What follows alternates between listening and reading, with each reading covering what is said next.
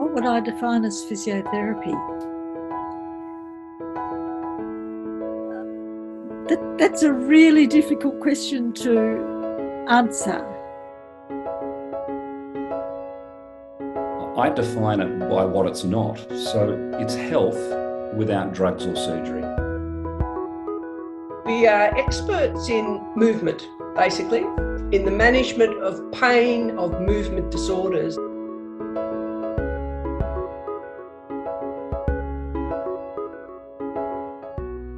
So the question about where physiotherapy comes from is a really fraught question because it will depend very much on how you define physiotherapy. If you consider it, as I do, to be the birth of a professional group of people who come together to organize around a certain set of techniques and practices, then it varies in a number of countries, but predominantly the end of the 19th century and the early 20th century in most countries. If you ask someone, when did physiotherapy start, their answer is typically in 1896, when 4 or 5 nurses in Britain decided to form an association. Earlier in the 1890s, there was the Great Massage Scandal. Prior to that, in the 1880s, as medicine were beginning to find their feet, beginning to specialise, the orthopaedic surgeons wanted to take over the massage manual therapy area, and the masseuses, physiotherapists at the time, were trying to push back. Now, the medical profession was predominantly male, and the nursing physio profession was predominantly female, and so they published stories about questionable massage practices with happy endings that forced the nurse masseurs to find a way to show a difference between them and the prostitutes. And the only way that they could do that was to subjugate themselves to the medical profession and say, we won't take a patient without your referral. There were people who came to Australia as colonists who had some, what we would now call physiotherapy experience in other countries. And they were a bit of a mixture. Sometimes they were linked in with what we would call quack practices at the time. Melbourne was known as Marvellous Melbourne. It was the richest city in the world, thanks to all the gold. When medicine hadn't quite taken complete control, there was a lot of shysters offering treatments that weren't true. Both in Melbourne and Sydney, predominantly, there were groups that were coming together saying, we need to do something about this, we need to regulate it. And so they formed a group in 1905, and they wanted to develop education and registration and support.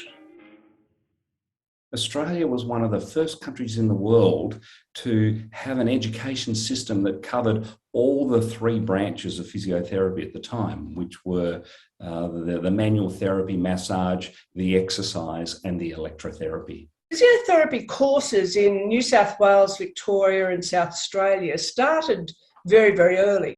By 1951, we were offering a bachelor's course in physiotherapy at UQ. And then we were the first university to also offer a PhD in physiotherapy. So one of the interesting things about physiotherapy's professional development is really the stuff that physiotherapists don't study. There hasn't really been a great deal of radical change in the nature of physiotherapy practice. Often the things that we're doing today, there are variations on a theme, but they're still very much based in the cornerstones of physiotherapy practice. And although things like touch and massage wax and wane, electrotherapy waxes and wanes, manipulations wax and wane, really the most interesting things that have changed surrounding physiotherapy are, to me, the social politics. So the way, for instance, that physiotherapists in their early years tried to legitimize themselves as being the people to turn to for legitimate touch. And then once they'd been able to establish that and the First World War came along, much of it was about young women putting their hands on in quite intimate ways with young men and demonstrating that they could do that without any scandal. jolly swagmen camped by a billabong under the shade of a coolabah tree. World War I helped highlight the benefits of physiotherapy as a profession, because at the beginning of the war, many doctors and members of the general public remained really sceptical about the use of massage therapy in treatment. Massage therapy was still remained a little bit underutilised in general practice. Many of the sorts of things that we see in gymnasiums now were developed by then. So there were stationary bicycles, there were rowing machines, etc. And they were certainly used by the physios in World War One. Yeah, I think World War One really brought out our scope of practice, in massage therapy especially, but then because of the rehabilitation required from the injuries that the diggers sustained, we had to then step up and start expanding our scope of practice. In the Second World War, physiotherapy was already known to be clearly of value. So there was a very rapid uptake of physiotherapists. So both within Australia, where quite a lot of them worked in the repatriation hospitals, but also going overseas. Physiotherapy here is directed towards building up the strength of the patient. Simple apparatus is used, and the slogan is, the patient must do things for himself.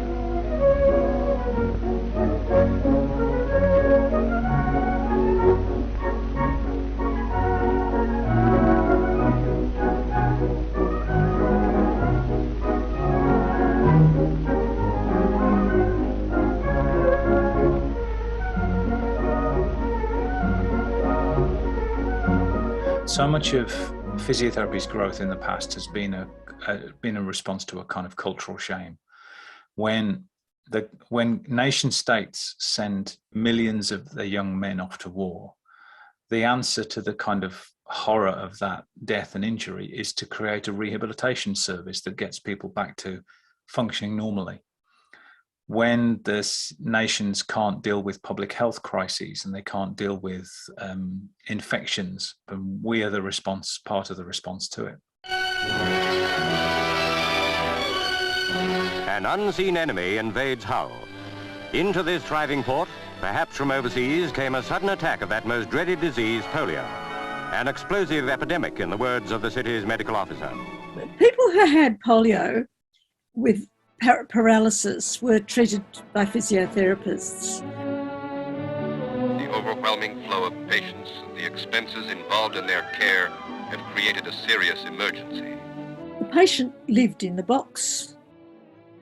There were portholes in the side, and as a physio, and I did this as an assistant years ago, you would have to put your hands through the portholes. Again, there were rubber cuffs so you didn't break the air seal, and you would do passive movements of the patient's limbs.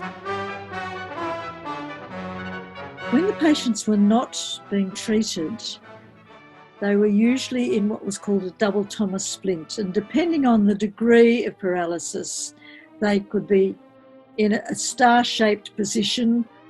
It looks like a torture chamber, but it was designed to decrease the chance of deformities.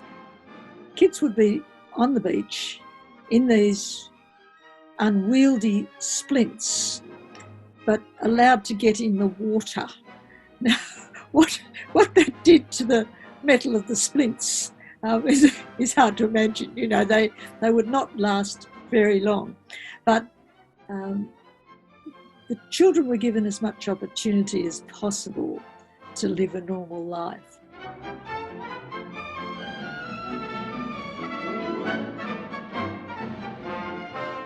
It's amazing looking back at some of the pictures of some of the exercises and some of the stretches, some of the positions we put people in back then. We use them now. We just call them differently.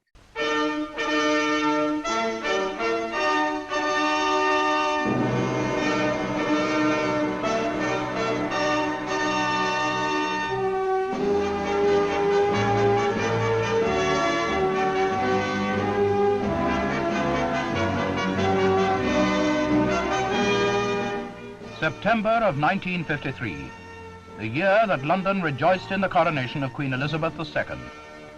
1,700 physiotherapists, doctors and members of allied professions have come from 25 countries to London for a first international congress of the World Confederation for Physical Therapy. From the word go, Australia's always been a participant internationally.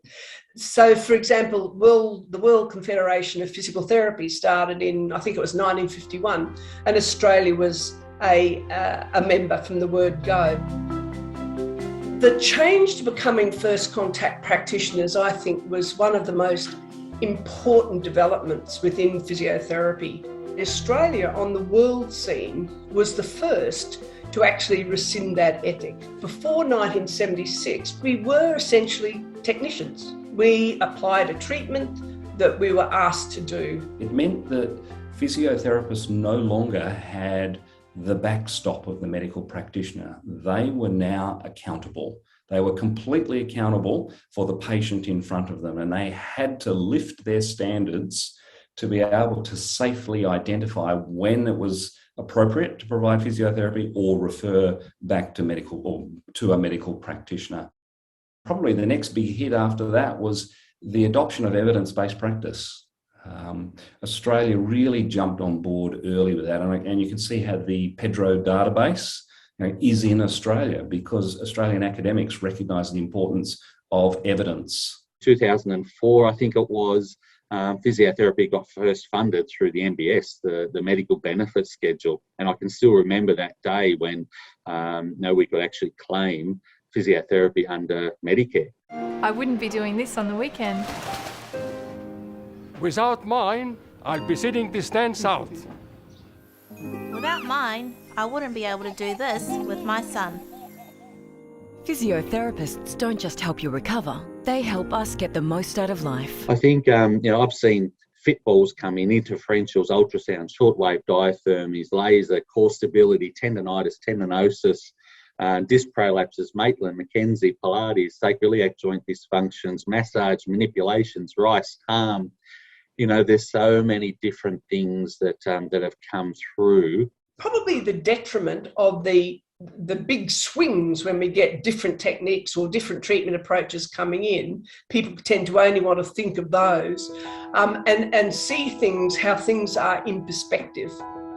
And I think that we can more clearly see things in perspective into the future in knowing our past. Without knowing your history, you're floundering.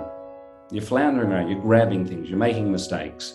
When you know your history, when you know what was behind you, you can move forward. So history has taught us a lot in Australia. We can see the history of the development of the profession, for example, from being technicians, and we know that we never want to act in that technical capacity again, to actually developing into a profession. And it tells us how much we must fight to maintain our leadership and professional status. So I wish we recorded more. I wish we organised things better. And I wish we captured more. And I think the International Physiohistory Association, forming that was an attempt to try and hold some of that information and see it as special, even if it doesn't have the kind of imprimatur of Pasteur or Nightingale or someone like that. That doesn't matter. The stuff that people do deserves to be recorded and held. What we're just talking about now really makes you proud, really makes you start thinking about where we started, our journey where we are now, what barriers we've come up against, what we've overcome, and what we've achieved. I think like we do it in clinical practice called clinical reasoning or reflective thinking, but we don't do it as a profession sometimes.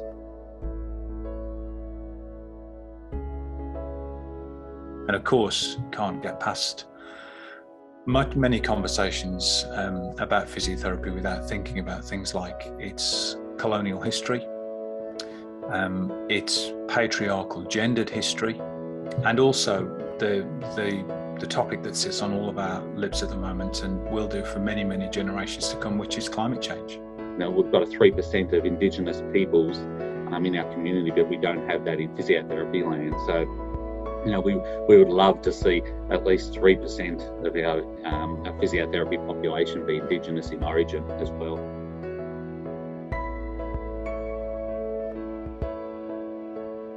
I think the future of physiotherapy is an exciting one. We've done a lot in 115 years of our history of massage physiotherapy.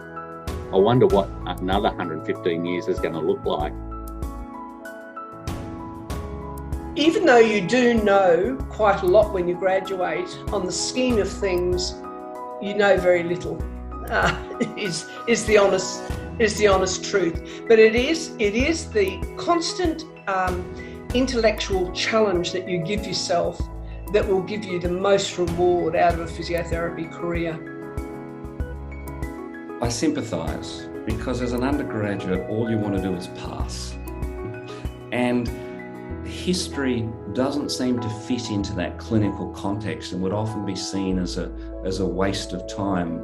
So I would say to that new graduate, just explore, come to the International Physiotherapy History website, have a read of our articles and start to explore how it is we do the things the way we do.